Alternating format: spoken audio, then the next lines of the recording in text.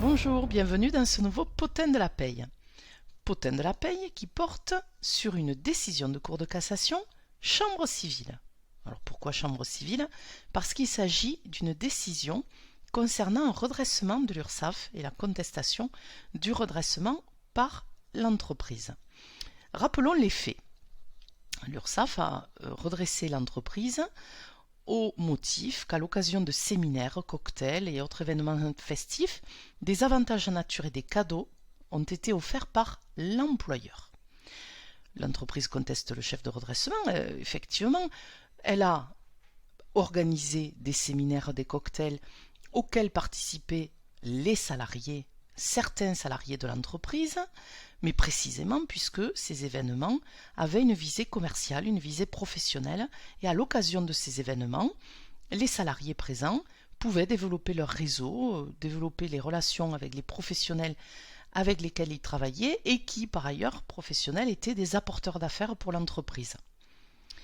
Pourtant, la Cour d'appel a jugé que les événements en question comportaient des activités de loisirs et que la société ne pouvant pas prouver précisément les personnes qui y participaient, l'URSSAF était donc valablement fondée à en déduire qu'il y avait avantage en nature au profit de certains salariés.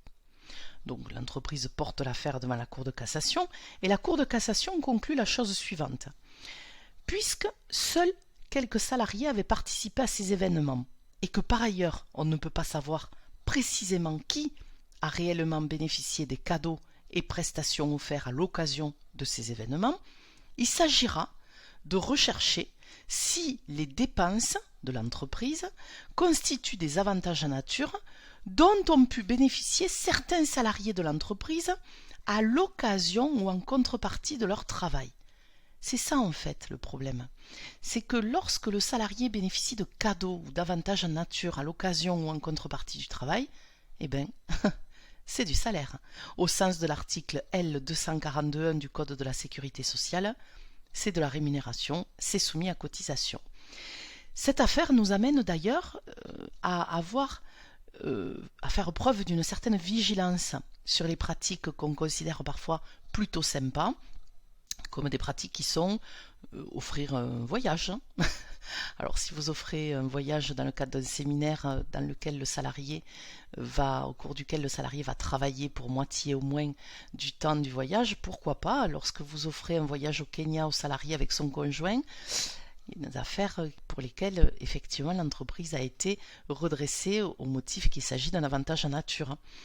Autre exemple, des vêtements qu'on considère des vêtements professionnels qui peuvent être portés à titre privé par le salarié et qui restent la propriété du salarié, ça pose un petit problème sur la qualification de vêtements professionnels. Donc attention à vos pratiques et attention de pouvoir prouver à l'URSSAF que les cadeaux, les biens, les services ne cachent pas en fait une entre guillemets récompense qui serait fournie aux salariés en contrepartie ou à l'occasion du travail.